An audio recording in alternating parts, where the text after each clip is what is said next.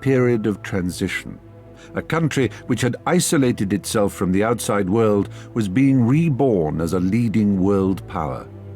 It was opening to the world and hastened to catch up with its backlog in all the most important spheres of industry, such as shipbuilding, aviation, and engineering.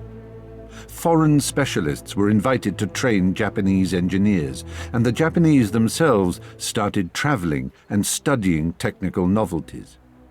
Over several decades, Japan managed to catch up with its backlog in the technical aspect almost from scratch, and to realize itself as a power which should dominate implicitly in the region.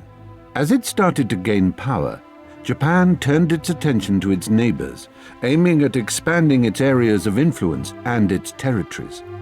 Thus, in 1879, the Ryukyu state located on Okinawa Island was annexed, and in 1894, Japan fought a war with China, as a result of which Japan gained the island of Taiwan. Another war over redivision of areas of influence was fought between Japan and Russia in 1904 and 1905, the main result of which was the final annexation of Korea to Japan in 1910. All those wars won at the turn of the century built up the glory of the Japanese army and navy, as well as strengthening the faith of the Japanese in their unconquerable armed forces, and their confidence that Japan should become the largest state in Asia. In 1922, Japan was the first country in the world to launch a ship whose class was strictly determined as aircraft carrier. Shortly after that, aircraft carriers initially built as battleships went into service. All these facts demonstrate the importance of specifically naval aircraft in Japan. As both the Army and Navy possessed their own aircraft in Japan, both of them developed its aircraft quite separately. In fact, these two military forces were completely independent of each other and sometimes had utterly different views on conducting military operations and the location of those actions as well. In 1937, a new war with China began when Japan established control over the northern and central parts of the territory.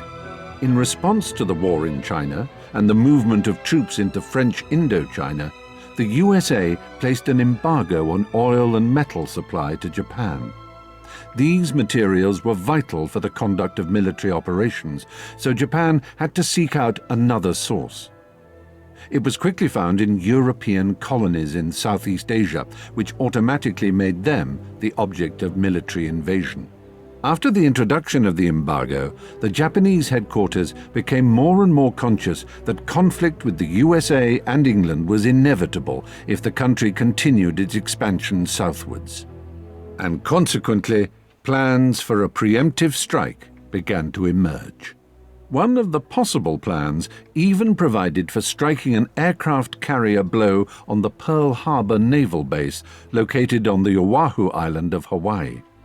However, these plans would only be implemented if peace talks failed and Japan did not succeed in convincing America in the rightness of her position.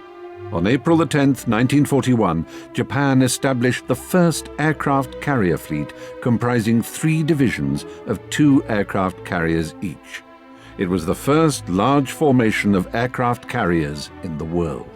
And on November 16, 1941, 1 century after American military forces put an end to the isolation of Japan, the Japanese First Air Fleet, including 6 aircraft carriers, Akagi, Kaga, Soryu, Hiryu, Shokaku, Zuikaku, left their ports and headed to Hawaii.